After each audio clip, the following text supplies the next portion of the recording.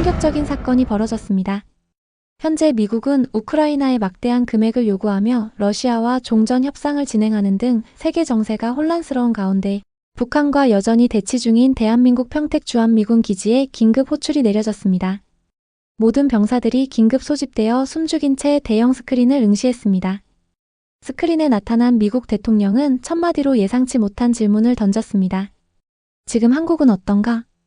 김정은은 어떻게 나오고 있지? 과연 이곳 평택 미군 기지에 무슨 일이 벌어진 것일까요? 오늘의 사연은 평택 주한미군 기지에서 근무 중인 캐서린 씨의 이야기입니다. 사연 시작 전 구독과 좋아요를 눌러주시면 큰 힘이 됩니다. 안녕하세요. 미군 사이버 방어 부대의 캐서린 리입니다. 제가 평택 기지에서 겪은 일을 한번 들어보실래요? 지금 생각해도 믿기지 않는 일들이 너무 많았거든요. 그날도 평소랑 다를 것 없는 겨울 아침이었습니다. 밖은 완전 추웠어요. 눈도 엄청 왔고 바람도 세게 불어서 부대원들 모두 덜덜 떨며 다니고 있었죠. 저는 그때 아침 순찰을 끝내고 사무실로 돌아가는 중이었습니다. 진짜 춥더라고요. 장갑 끼고 있었는데도 손가락이 얼 것 같았어요. 그래도 우리 부대원들은 다들 평소처럼 맡은 일 하느라 바빴습니다. 아침부터 컴퓨터 앞에 앉아서 모니터링하는 친구들도 있었고 밖에서 경계 근무 서는 친구들도 있었죠. 순찰하면서 마주치는 동료들이랑 굿모닝 하면서 인사도 하고 그냥 평범한 하루가 될 것 같았어요. 우리가 사이버 방어 부대다 보니까 항상 긴장은 하고 있지만 그날은 특별히 뭔가 있을 것 같진 않았거든요. 데이터 분석팀에서 보내온 보고서도 다 괜찮았고요. 근데 갑자기 사이렌이 울렸어요. 진짜 깜짝 놀랐습니다. 순간 기지 전체가 조용해졌다가 엄청 분주해졌죠. 저도 얼른 대형 회의실로 뛰어갔어요. 복도에서는 부대원들 뛰는 소리만 들렸습니다. 다들 말없이 그냥 서로 눈빛만 주고받았어요. 회의실에 도착했더니 이미 사람들로 가득했습니다. 100명은 넘었을 거예요. 다들 긴장한 표정으로 앞에 있는 스크린만 쳐다보고 있었죠. 공기도 무겁고 다들 숨소리도 죽이고 있었어요. 옆자리에 앉은 마이클이 뭐야, 무슨 일이야? 하고 속삭이듯이 물어봤는데 저도 모르겠더라고요. 그러다가 스크린이 켜졌습니다. 진짜 놀랐어요. 화면에 대통령이 나타난 거예요.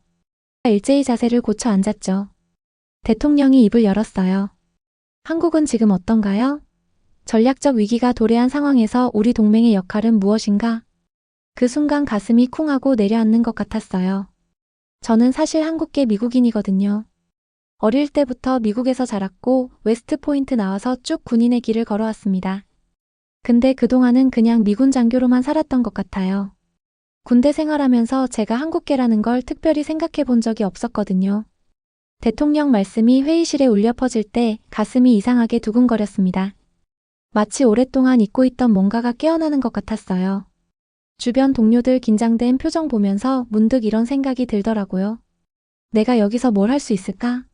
한국계 미국인 장교인 내가 해야 할 역할이 따로 있는 걸까? 회의 끝나고 사무실로 돌아가는데 갑자기 할머니 생각이 나더라고요. 할머니는 가끔 한국 얘기를 해주셨어요. 떡볶이 만들어주시면서 서울에서 있었던 일도 들려주시고 시장에서 만났던 사람들 얘기도 해주시고 전쟁 끝나고 나라가 다시 일어선 거 자랑스럽게 얘기해주시곤 했죠. 그때는 그냥 다른 나라 얘기처럼 흘려들었는데 이제야 그 말씀들이 마음에 와닿기 시작했습니다.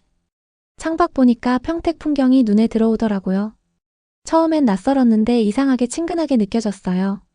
저기 멀리 아파트들도 보이고 네온사인도 반짝이고 사람들도 바쁘게 오가고 해 저무는 모습 보면서 왠지 이 순간이 제 인생에서 뭔가 큰 전환점이 될 것 같았습니다. 그때는 진짜 몰랐어요. 이런 작은 시작이 제 삶을 완전히 바꿔놓을 줄은요. 지금 와서 보니까 그날의 긴급 호출은 단순히 군대 일 때문만은 아니었던 것 같아요. 처음 한국에 도착했을 때가 아직도 생생해요. 인천공항에 내리자마자 제 생각이 완전히 바뀌었거든요. 미국에서는 한국을 그저 작은 아시아 국가 중 하나로만 생각했었는데 공항 터미널에 들어서는 순간 그 생각이 산산조각 났습니다. 외국인들이 입국 심사 기다릴 때 보통 짜증내고 불평하잖아요? 근데 여기는 달랐어요. 긴 줄이 순식간에 줄어들더라고요. 직원들은 효율적으로 일하면서도 미소를 잃지 않았고 시스템은 완벽하게 돌아갔습니다. 제가 여권 내밀었을 때 직원이 캐서린 리. 한국계이시네요? 하고 반갑게 말을 걸어주시는데 마치 제 고향이 한국인 줄 알았어요. 제 국적은 미국인데. 뒤에 성이 그날따라 뿌듯하더라고요. 가슴도 따뜻해지고요. 짐 찾는 곳에서는 정말 웃지 않을 수 없었습니다. 미국에서는 항상 짐 기다리면서 스트레스 받았거든요. 여기선 제 짐이 어디 있는지 화면으로 실시간 확인되는 거예요. 옆에서 한 할머니가 제 큰 캐리어 보시고는 무거워 보이는데 도와줄까? 하고 물어보시는데 그 순간 눈시울이 살짝 붉어졌어요. 우리 할머니가 생각났거든요. 지하철은 또 어떻게 그렇게 정확한지. 뉴욕에서는 지하철 시간 못 믿어서 항상 일찍 나갔는데 여기선 스마트폰 앱으로 실시간 위치까지 다 보여주더라고요. 역에 들어섰을 때 깜짝 놀랐어요. 밤인데도 바닥이 반짝반짝했고 벽에는 문화재 사진이랑 예술 작품들이 전시돼 있었거든요. 마치 박물관 같았어요. 버스에서는 진짜 감동받았습니다. 제가 길을 잘 몰라서 좀 헤매고 있었는데 옆자리 승객이 먼저 말을 걸어주시더라고요. 어디 가세요? 하시면서 친절하게 알려주시는데 그분도 영어를 잘하시는 건 아니었어요. 그래도 손짓 발짓으로 열심히 설명해 주시고 심지어 제 정류장에서 같이 내려서 길까지 알려주셨어요. 그때 깨달았죠. 여기는 뭔가 다르다는 걸. 그리고 밤거리를 걷는데 문득 울컥했어요. 골목마다 가득한 음식 냄새. 특히 어떤 김치찌개 집에서 나는 얼큰한 냄새는 제 마음을 흔들어 놨어요. 할머니가 해주시던 그 맛이 떠올랐거든요. 작은 식당이었는데 안에서는 직장인들이 웃으면서 이야기 나누는 소리가 들렸어요. 마치 오래된 가족 모임 같은 분위기였죠. 거리는 밤이 늦었는데도 밝고 활기찼어요. 특히 놀라웠던 건 여성들이 혼자 늦게 다니는 모습이었죠. 미국에선 상상도 못할 일이에요. 한 여학생이 밤 11시가 넘었는데 이어폰 끼고 편하게 걸어가는 걸 보면서 이런 게 진정한 선진국이구나 하는 생각이 들더라고요. 기지로 돌아오는 길에 편의점에 들렀는데 거기서 또 한 번 놀랐어요. 우리나라 편의점은 그냥 간단한 물건이나 파는 곳인데 여긴 거의 작은 식당 같았어요. 따뜻한 음식도 있고 커피도 있고 늦은 밤인데도 도시락 먹으면서 이야기 나누는 사람들이 있더라고요. 그런 모습이 외롭지 않고 되려 포근하게 느껴졌어요. 숙소에 돌아와서 창밖을 바라봤어요. 반짝이는 도시의 불빛들. 그런데 이상하게도 낯설지가 않았어요. 마치 오래전부터 알고 있던 곳을 다시 찾은 것 같은 기분이었달까요? 그날 밤 일기를 쓰면서 깨달았습니다. 제가 지금까지 알고 있던 세상은 너무 작았다는 걸요. 할머니가 늘 자랑스럽게 말씀하시던 한국. 이제야 그 말씀이 가슴에 와닿기 시작했어요. 이곳에서의 첫날은 마치 누군가가 제 눈을 새롭게 뜨게 해준 것 같았습니다. 이제 시작이겠죠? 제가 진짜 알아야 할 이야기들이 여기 있을 것 같았어요. 그렇게 시작된 한국의 생활은 예상 밖이었어요. 특히 식당에서 처음 맛본 순두부찌개는 정말 평생 잊을 수 없는 맛이었어요. 건강에도 좋다고 해서 그날 많이 먹었던 기억이 나요. 지금도 그때 생각하면 입에서 침이 고여요.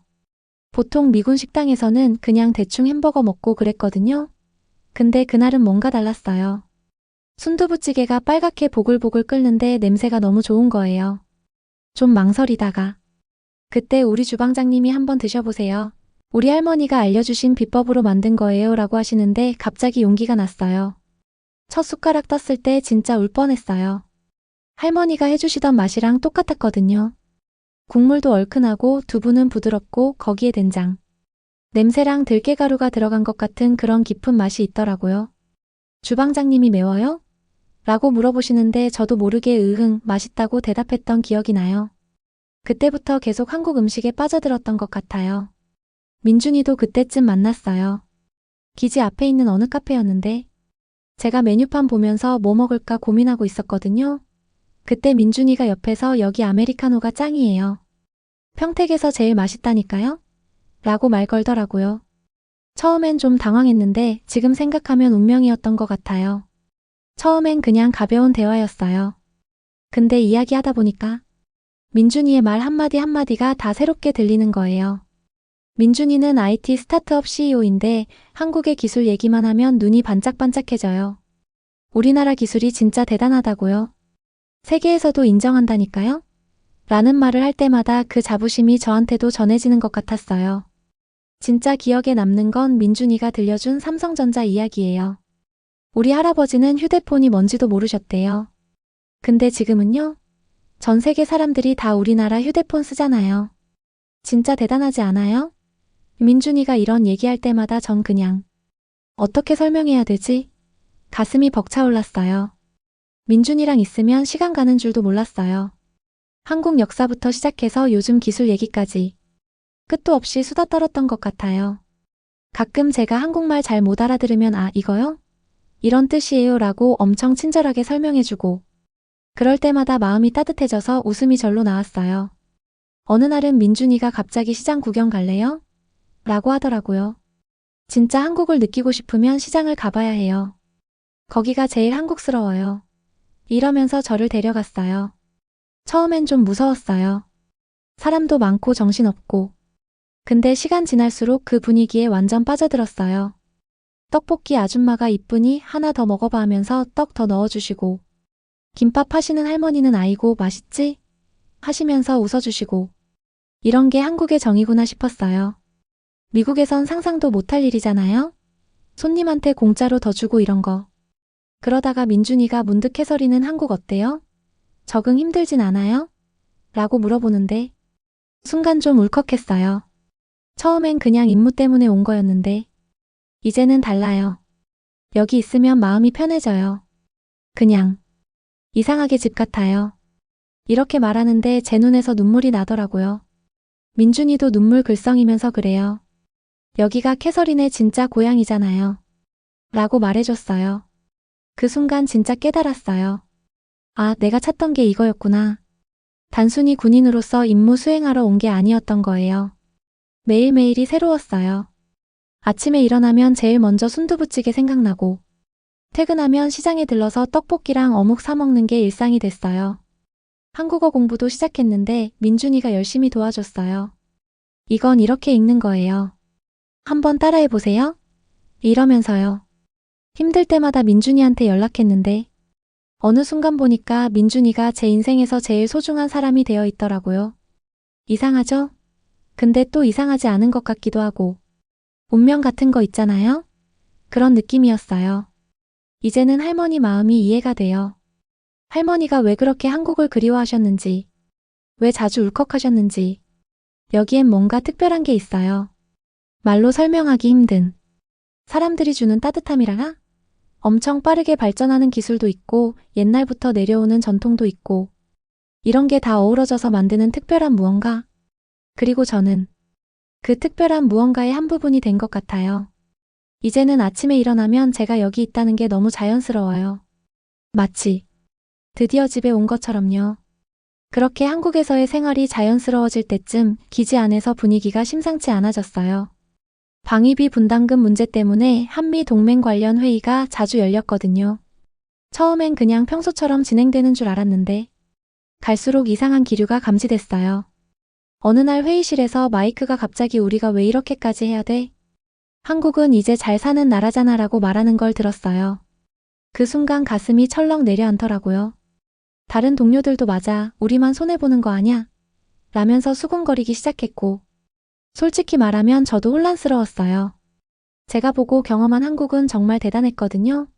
IT 기술은 세계 최고 수준이고 거리는 깨끗하고 안전하고 근데 동시에 북한이랑 휴전선 맞대고 있는 상황도 있고 이런 걸 어떻게 설명해야 할지 고민이 됐어요. 그러다 문득 트럼프 대통령 시절이 생각났어요. 그때도 방위비 분담금 때문에 엄청 싸웠잖아요. 근데 그게 결국 동맹 관계에 금이 가게 만들었다는 걸 우리 모두 알고 있었어요. 저는 그때 워싱턴에서 이 문제로 고민하는 선배들 모습을 지켜봤거든요. 그래서 용기를 내서 이야기했어요. 잠깐만요. 우리가 여기 있는 이유가 단순히 돈 때문은 아니잖아요? 제가 여기 와서 보니까 한국은 그냥 보호해야 하는 약한 나라가 아니에요. 오히려 함께 성장할 수 있는 파트너라고 생각해요. 마이크가 저를 빤히 쳐다보더니 너는 한국계니까 그렇게 말하는 거 아냐? 라고 했어요. 순간 화가 났지만 오히려 차분하게 말했죠. 그래, 나는 한국계야. 근데 그건 중요하지 않아. 내가 본 한국은 우리한테도 배울 게 많은 나라야. 사이버 보안 기술만 봐도 그렇고. 그러면서 제가 경험한 한국의 모습을 하나하나 이야기했어요. 세계 최고 수준의 IT 기술, 효율적인 방역 시스템, 그리고 무엇보다 끊임없이 발전하려는 의지. 이런 나라와 함께하는 게 얼마나 큰 기회인지 설명했죠. 놀랍게도 동료들이 하나둘씩 고개를 끄덕이기 시작했어요. 특히 데이비드가 맞아. 지난번에 한국 사이버 보안팀이랑 같이 훈련했을 때 진짜 많이 배웠었지라고 말해줬을 때는 눈물이 날 것 같았어요. 결국 그날 회의는 분위기가 많이 달라졌어요. 동료들이 한국을 바라보는 시선이 조금씩 변하는 게 느껴졌거든요. 단순히 비용과 책임의 문제가 아니라 서로 배우고 성장할 수 있는 관계라는 걸 이해하기 시작한 것 같았어요. 저녁에 민준이한테 이 이야기를 했더니 민준이가 조용히 제 손을 잡더라고요. 캐서린, 고마워요. 우리나라를 이렇게 생각해줘서. 그 말을 들으니까 또 가슴이 울컥했어요. 이제는 제가 이 두 나라 사이에서 다리 역할을 할 수 있겠다는 확신이 들었거든요. 밤늦게 숙소로 돌아오면서 생각했어요. 동맹이란 게 뭘까? 그냥 서로의 이익을 위해 맺는 계약 같은 건가? 아니요. 그건 진정한 동맹이 아닌 것 같아요. 진짜 동맹은 서로를 이해하고 존중하고 함께 성장하는 관계여야 하지 않을까요? 그러던 어느 날 제 인생을 완전히 뒤흔드는 연락을 받았어요. 상부에서 온 공문이었는데 복귀 명령이었어요. 이메일을 읽는 순간 심장이 멎는 것 같았어요. 머리가 하얘지면서 모니터만 계속 쳐다보고 있었죠. 그동안 이런 날이 올 거란 걸 알고는 있었어요. 당연히 알고 있었죠. 근데 막상 현실이 되니까 숨을 쉴 수가 없더라고요. 창 밖을 보니까 평택의 풍경이 눈에 들어왔어요. 이제는 너무나 익숙해진 그 거리, 그 건물들. 정신없이 민준이한테 전화했어요. 나 본국으로 돌아가래. 이 말밖에 안 나오더라고요. 전화기 너머로 한참 침묵이 이어졌어요. 나중에 알고 보니 민준이도 그때 많이 놀랐다고 하더라고요. 그러다가 우리 만나서 얘기할까요? 라고 하는 목소리가 떨리더라고요. 우리가 항상 가던 카페였어요. 평소에는 늘 웃으면서 들어오던 민준이가 그날은 좀 달랐어요. 얼굴이 굳어 있었다가 커피도 시키지 않고 저를 빤히 쳐다보더니 갑자기 물어보더라고요. 캐서린은 여기 있는 게 행복하지 않았어요? 그 질문에 바로 대답을 못했어요. 행복하냐고요? 너무 행복했죠. 그래서 더 혼란스러웠나 봐요. 민준이가 제 고민을 읽었는지 조용히 말을 이어갔어요. 캐서린이 처음 왔을 때 기억나요? 순두부찌개 먹고 눈물 글썽거리던 거. 시장에서 떡볶이 먹다가 신나서 막 웃던 거. 그때 캐서린 표정이 얼마나 빛나던지. 민준이 말이 계속 이어졌어요. 캐서린은 여기서 특별한 일을 하고 있잖아요. 동료들한테 한국을 알려주고 두 나라를 이해하게 만들고. 그거 알아요? 캐서린 덕분에 많은 게 바뀌었어요. 우리 회사도 이제 미군 기지랑 협력 프로젝트도 시작하게 됐고. 그러다가 민준이 목소리가 갑자기 높아졌어요. 처음으로 화를 내는 걸 봤어요. 그냥 가면 안 돼요. 여기가 캐서린의 진짜 고향이잖아요. 이제 와서 이렇게 다 버리고 가면. 말을 끝맺지 못하고 민준이가 고개를 숙였어요. 그때 민준이 손이 떨리는 게 보이더라고요. 저도 모르게 그 손을 잡았어요. 따뜻했어요. 민준이가 고개를 들어 제 눈을 바라봤을 때 그 눈빛을 잊을 수가 없어요. 캐서린, 우리가 꿈꾸던 거 있잖아요. 한국의 기술로 세계를 바꾸자고. 같이 하기로 했잖아요. 눈물이 왈칵 쏟아졌어요. 민준이 말이 맞았거든요. 우리는 밤새도록 이야기하면서 꿈을 꿨었죠. 한국의 IT 기술을 세계에 알리고 새로운 길을 만들어 보자고. 그게 단순한 계획이 아니었다는 걸 그제야 깨달았어요. 그건 제 진짜 꿈이었던 거예요. 민준이가 제 눈물을 닦아주면서 조용히 말했어요. 캐서린이 뭘 선택하든 난 이해할 거예요. 근데 제발 도망가지는 말아요. 캐서린의 진짜 마음의 소리를 들어봐요. 그 말이 제 마음 깊숙한 곳을 건드린 것 같았어요. 카페에서 나와서 한참을 걸었어요. 민준이는 아무 말도 안 하고 제 옆에서 같이 걸어줬죠. 가로등 불빛이 우리 그림자를 길게 늘어뜨리는데 그 순간 이상한 느낌이 들더라고요. 이 사람이랑 같이 걷고 싶다. 앞으로도 계속. 그날 밤 잠을 못 이뤘어요. 창밖으로 보이는 도시의 불빛들이 반짝이는 걸 보면서 계속 생각했죠. 미국으로 돌아가면 다시 웨스트포인트 출신 장교로 살겠죠. 안정적이고 익숙한 삶이에요. 근데 그게 제가 진짜 원하는 거였을까요? 기지에서 마주치는 동료들 표정이 다 달라 보였어요. 특히 데이비드가 넌 여기서 특별한 일을 하고 있어. 우리랑 한국을 이어주는 다리 같은 거야 라고 말해줬을 때는 가슴이 너무 아팠어요. 퇴근하고 시장에 들렀는데 떡볶이 아줌마가 평소보다 더 많이 담아주시면서 언제 와? 라고 물어보시더라고요. 그 순간 울컥해서 대답도 못하고 그냥 도망치듯 나왔어요. 길거리에서 혼자 펑펑 울었네요. 집에 와서 할머니 사진을 봤어요. 할머니가 젊었을 때 한국에서 찍은 사진이었는데 그동안 못 봤던 게 보이더라고요. 할머니 눈에 담긴 그리움이요. 그제야 이해했어요. 할머니가 왜 그렇게 한국 이야기만 나오면 눈시울이 붉어지셨는지. 며칠을 정말 힘들게 고민했어요. 밤새 뒤척이다가 새벽에 일어나서 한강을 보러 가기도 하고 거기 앉아서 해 뜨는 걸 보면서 생각했죠. 나는 뭘 원하지? 진짜 내가 있어야 할 곳은 어디지? 그러다 문득 깨달았어요. 제가 한국에서 보낸 시간들. 그게 단순한 추억이 아니었어요. 여기서 저는 처음으로 진짜 나를 찾았거든요. 미국인 캐서린이 아닌 그냥 있는 그대로의 나를요. 민준이한테 전화했어요. 나 결정했어. 떨리는 목소리로 말했더니 민준이가 말도 못 끝내게 해주더라고요. 알아요. 캐서린의 눈빛을 보면 다 알 수 있어요. 그래요. 저는 남기로 했어요. 어려운 결정이었지만 제 마음은 이미 정해져 있었나 봐요. 이제 제 뿌리를 찾았는데 어떻게 다시 떠날 수 있겠어요? 여기가 제가 있어야 할 곳이에요. 제 심장이 뛰는 곳이요. 상부의 결정을 알렸을 때 놀랍게도 많은 분들이 지지해 주셨어요. 네가 거기 있는 게 우리한테도 도움이 될 거야 라고요. 맞아요. 이제 저는 두 나라를 잇는 다리가 되려고 해요. 여기 남아서 제가 경험한 이 특별한 나라의 이야기를 더 많은 사람들에게 들려주고 싶어요. 창밖을 보니 별들이 반짝이네요. 오늘따라 더 밝아 보여요. 이제는 알겠어요. 인생에서 가장 큰 용기는 자신의 진짜 모습을 받아들이는 거라는 걸요. 저는 이제 더 이상 도망치지 않을 거예요. 여기 제 진짜 집에서요. 한국에 남기로 결정하고 얼마쯤 지났을까? 동료의 소개로 사람을 한 명 만났어요. 이 사람이 또 한국에 대한 제 생각을 바꿨지 뭐예요. 중요한 순간마다 만나는 사람들이 신기하기도 하고 다시 생각해보니 소중한 인연인 것 같아요. 어떤 사람이냐면 독일 출신이고 컨설턴트를 하는 타쿠미란 사람이에요.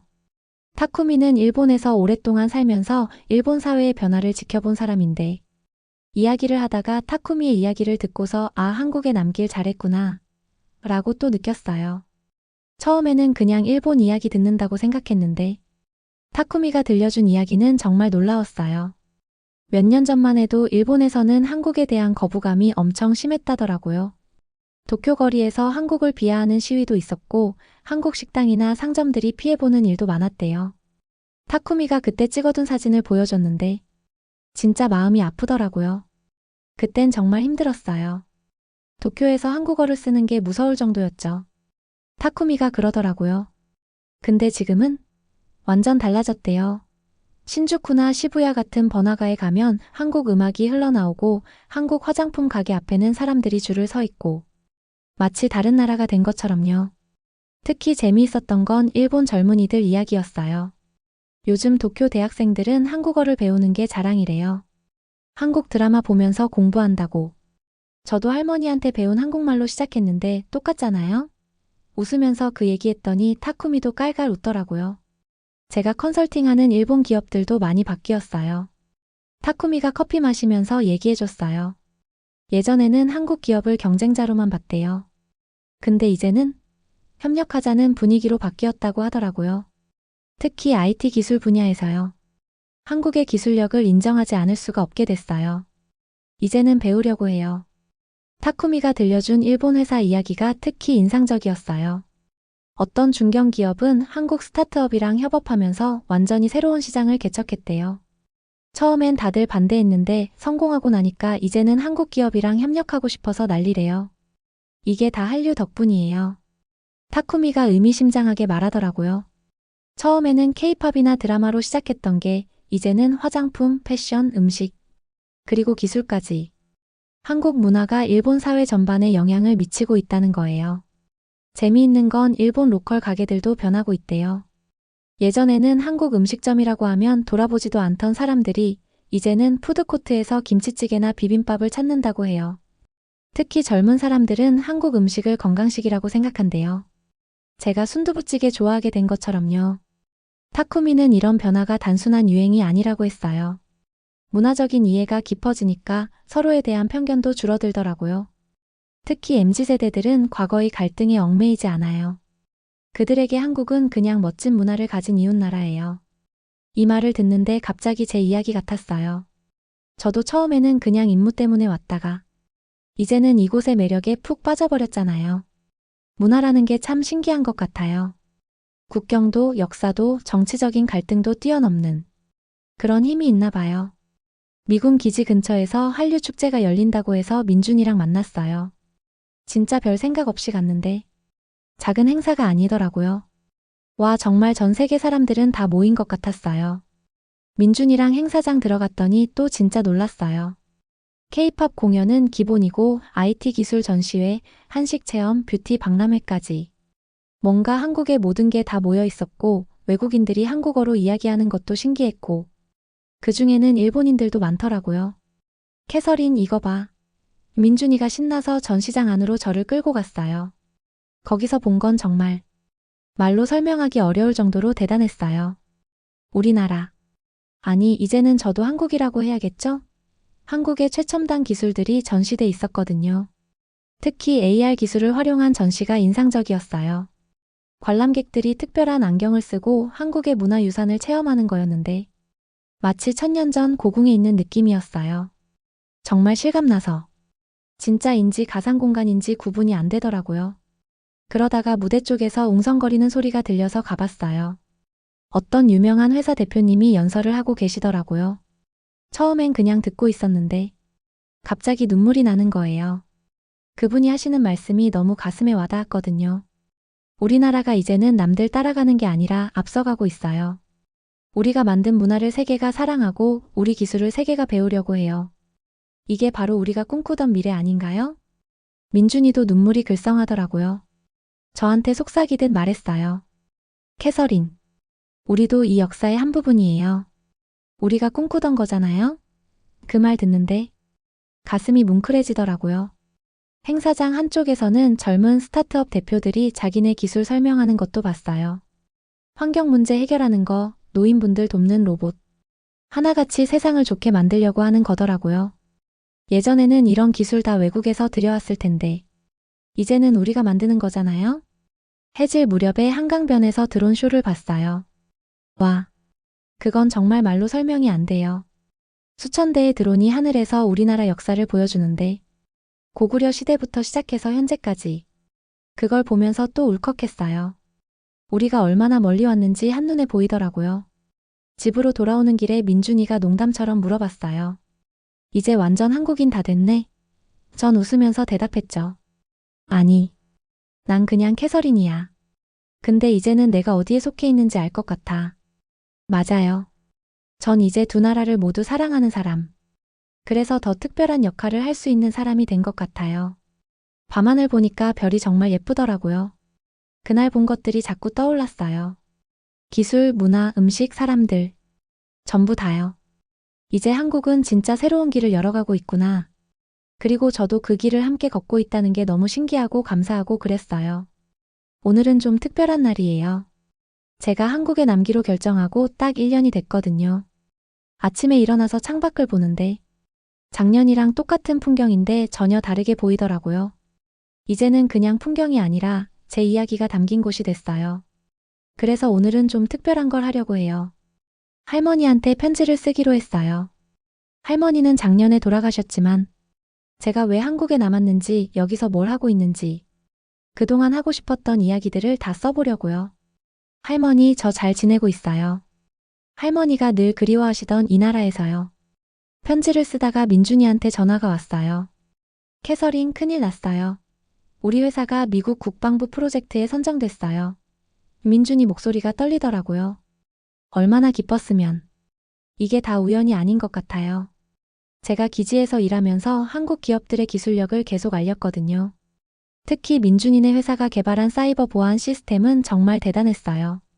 미국 동료들도 처음에는 반신반의했는데 이제는 다들 인정하더라고요. 우리 이거 꼭 성공시켜야 해요. 민준이가 그러더라고요. 전 웃으면서 대답했어요. 당연하죠. 이제 우리는 진짜 동맹이잖아요? 그 말을 하는데 문득 1년 전 생각이 나더라고요. 그때는 동맹이 그냥 군사적인 의미였는데 이제는 달라요. 사람과 사람이 만나서 서로 이해하고 배우는 거. 그게 진짜 동맹인 것 같아요. 오후에는 기지에서 새로운 프로젝트 회의가 있었어요. 이제는 제가 한미협력 담당자가 됐거든요. 회의실에 들어섰는데 1년 전과는 완전히 다른 분위기더라고요. 예전에는 서로 눈치 보고 조심스러워했는데 이제는 다들 편하게 아이디어를 나누고 있었어요. 특히 기억에 남는 건 데이비드의 말이었어요. 캐서린, 네가 여기 남기로 한 게 정말 잘한 것 같아. 우리도 이제 한국을 다르게 보게 됐어. 그 말을 들으니까 가슴이 뭉클하더라고요. 작은 변화. 하지만 그런 작은 변화들이 모여서 큰 차이를 만드는 거잖아요? 저녁에는 민준이랑 약속이 있었어요. 우리가 처음 만났던 그 카페요. 커피를 마시면서 민준이가 물어보더라고요. 캐서린은 후회 안 해요? 여기 남기로 한 거. 전 고개를 저었어요. 후회는 없어요. 오히려 이제야 제가 뭘 해야 할지 알겠어요. 창밖으로 평택의 야경이 보이더라고요. 반짝이는 불빛들. 그리고 멀리 보이는 기지의 모습까지. 전 이제 이 두 세계를 모두 이해하는 사람이 됐어요. 미국인이면서 동시에 한국인의 마음도 가지게 된. 그래서 더 특별한 역할을 할 수 있는 사람이요. 캐서린. 우리 앞으로도 멋진 일 많이 해요. 민준이가 그러더라고요. 전 웃으면서 대답했어요. 그럼요. 이제 시작이잖아요? 맞아요. 이제 진짜 시작이에요. 두 나라를 잇는 다리가 되는 것. 그게 제가 찾은 새로운 정체성이고 사명이에요. 집에 돌아와서 할머니한테 쓰던 편지를 마저 썼어요. 할머니, 이제 알 것 같아요. 할머니가 왜 한국을 그렇게 사랑하셨는지, 그리고 미국에서도 한국의 마음을 잃지 않으셨는지. 이제 저도 그렇게 살아갈 거예요. 두 나라의 좋은 것들을 모두 간직하면서 더 나은 미래를 만들어가는 사람으로요. 창밖의 별들이 유난히 밝아 보여요. 마치 할머니가 미소 지으며 저를 보고 계신 것 같아요. 이제 저는 제가 가야 할 길을 찾았어요. 그리고 이 길에는 민준이도 있고 우리 동료들도 있고 제가 사랑하게 된 이 나라의 모든 것들이 있어요. 이게 제 이야기예요. 그냥 미군 장교였던 제가 이제는 두 나라를 잇는 다리가 되어가는 이야기. 앞으로도 쓸 이야기가 많이 남았겠죠? 근데 전 이제 두렵지 않아요. 제가 있어야 할 곳에 와 있다는 걸 알거든요.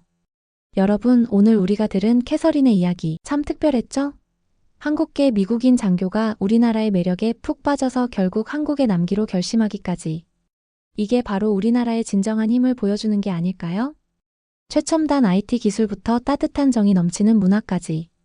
이제는 전 세계가 우리나라를 주목하고 있어요. 일본에서도 한류를 인정하고 미국에서도 우리의 기술력을 배우려 하고 있죠. 이 이야기를 들으신 여러분들, 자부심을 가지셨으면 좋겠어요. 우리는 정말 대단한 나라에 살고 있으니까요. 우리 모두 자랑스러운 대한민국의 미래를 함께 만들어가요. 감사합니다.